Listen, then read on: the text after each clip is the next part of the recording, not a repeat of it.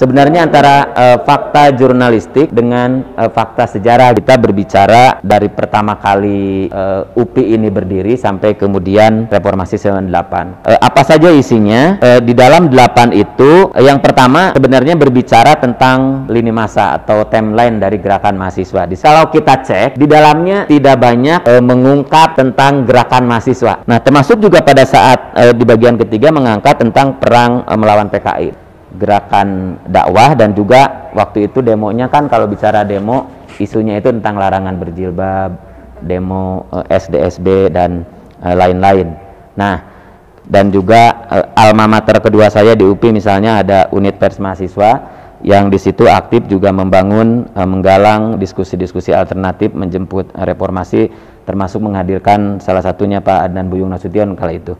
Jadi saya terus terang ini nervous ya, karena saya menulis sesuatu tentang sebuah perjalanan gerakan mahasiswa di alma mater tercinta, yang bagian dari sumber-sumber buku itu juga sampai sekarang masih ada.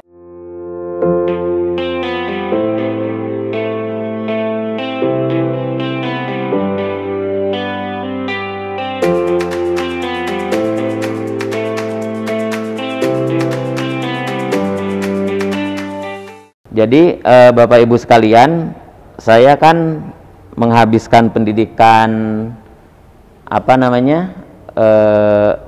S1 itu di UPI jurusan pendidikan sejarah ya. Jadi memang menulis sejarah itu merupakan salah satu keterpanggilan juga Teh Fitri sama Kang Bira. Kang Bira juga sejarah ya. Nah, saya juga kemudian meneruskan tentang disiplin ilmu sejarah itu juga di Unpad, ilmu sejarah kebetulan, yang secara metodologi saya ingin mencoba menerapkan keilmuan itu, bagaimana sebuah peristiwa, sebuah momen, sebuah tema itu direkonstruksi menjadi sebuah buku. Nah, tapi memang yang menjadi salah satu kendala itu kan bukan kendala sebenarnya. Saya kan sebelum belakang ini masih aktif sebagai wartawan Teh Fitri, jadi di situ saya sering kebentur sebenarnya antara fakta jurnalistik dengan fakta sejarah gitu. Disitulah bedanya, karena kalau kita bicara fakta jurnalistik sebenarnya kan ketika sumbernya itu ada yang bicara, maka itu bisa kita sebut sebagai fakta jurnalistik. Jadi 5W1H-nya ada gitu. Tapi ketika kita berbicara masalah fakta sejarah, di situ kita akan dihadapkan kepada fakta-fakta yang terserak cukup banyak. Jadi ketika sumber utama itu atau fakta keras itu misalnya narasumbernya hasil wawancara, di situ juga patut dihitung adalah faktor bias atau bias narasumber. Bias bahwa saya ini pelaku, saya ini begini begitu. Nah, itu perlu konfirmasi secara dokumen sejarah, sehingga itu menjadi salah satu PR. Nah, Bapak Ibu sekalian, dari rangkaian perjalanan itu kemudian saya coba tulis bersama dengan adik kelas saya, Hikmat, Kang Hikmat. Hikmat juga ada di sini sekarang, bertugas sebagai operator juga dan mendampingi saya tadi. Jadi buku ini terdiri dari 8 bagian. Tahunnya itu kalau kita bicara periodisasi, ya kita berbicara dari pertama kali UPI ini berdiri sampai kemudian Reformasi 98. Kenapa periode itu dipilih? Sebenarnya pada niat awal itu kita merencanakan membuat dari pertama kali UPI berdiri sampai kekinian, paling tidak tahun 2010-an tadinya. Tetapi di dalam pelaksanaannya ternyata secara teknis buku itu jika ditulis sampai periode itu membutuhkan atau kemungkinan akan lebih tebal. Jadi dengan tradisi sekarang, literasi sekarang itu agak membuat buku tebal-tebal itu nanti siapa yang baca, kadang gitu kan.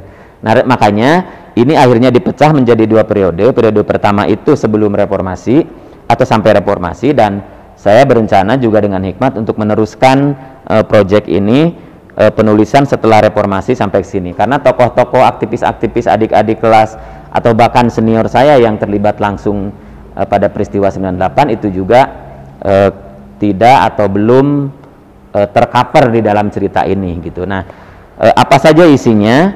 Di dalam 8 itu apa namanya? Yang pertama sebenarnya berbicara tentang lini masa atau timeline dari gerakan mahasiswa. Di sini untuk memberikan spektrum gerakan mahasiswa pada umumnya itu, maka saya coba buat lini masa gerakan mahasiswa Indonesia dulu. Nah, setelah itu barulah dibuat lini masa gerakan mahasiswa IKIP Bandung. Memang pada sampai tahun 98 kan kita masih IKIP Bandung. Nah, saya ada yang lupa. Nah, kenapa saya menulis ini juga? Karena kalau kita lihat misalnya, ini saya kebetulan lagi memegang buku sejarah Provinsi Jawa Barat, lagi share screen ya, nggak bisa dilihat. Sejarah Provinsi Jawa Barat ini, kalau kita cek di dalamnya tidak banyak mengungkap tentang gerakan mahasiswa. Bahkan di dalam bab pergerakan mahasiswa sendiri 98 itu peran mahasiswa UPI itu tidak ada, dan di situ disebutkan bahwa gerakan mahasiswa itu berpusat di Pati Ukur 35, berarti di kampus Unpad. Di situ ada ruangan dan itu menjadi simpul. Saya kira masa nggak ada peran mahasiswa UPI sama sekali? Ya, apakah ini terjuga bias sejarah bahwa penulisnya sebagian besar dosen Unpad? Saya tidak ingin mengatakan demikian, tetapi bahwa pasti ada peran kita, karena itu menjadi konsen dan kita gali. Nah, itulah kenapa salah satu tadi kita menulis itu.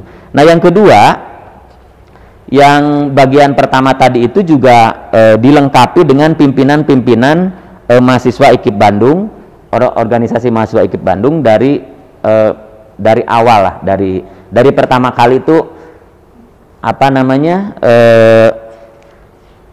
ketika mahasiswa itu PTPG berdiri, maka ada wadah ormawa, dan disitulah mahasiswa pertamanya di sini Pak almarhum senior kita Pak Prof Numan juga ada di situ nih.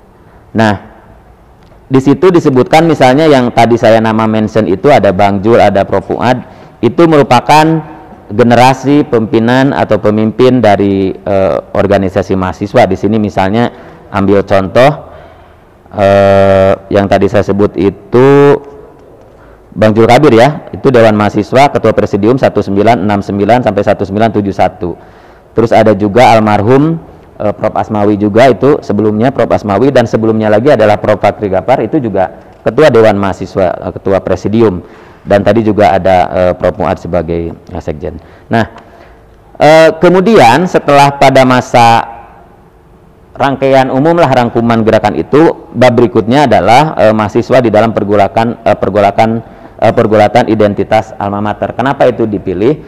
Karena pada saat pasca revolusi itu, perhelatan ideologi itu juga menjadi sangat kental, tarik menarik identitas, ada yang ingin mengganti IKIP menjadi institut guru dan lain-lain itu. Nah, disitulah muncul mahasiswa menampilkan peran sebagai kelompok yang memperkuat identitas lembaga alma mater itu untuk menjadi kemudian IKIP Bandung. Nah, termasuk juga pada saat di bagian ketiga mengangkat tentang perang melawan PKI. Bagaimana aktivis-aktivis kita di situ turut berjibaku dalam pergulatan ideologi itu untuk mempertahankan Pancasila dan Negara Kesatuan Republik Indonesia ya kalau sekarang, tapi kurang lebih tentang itu.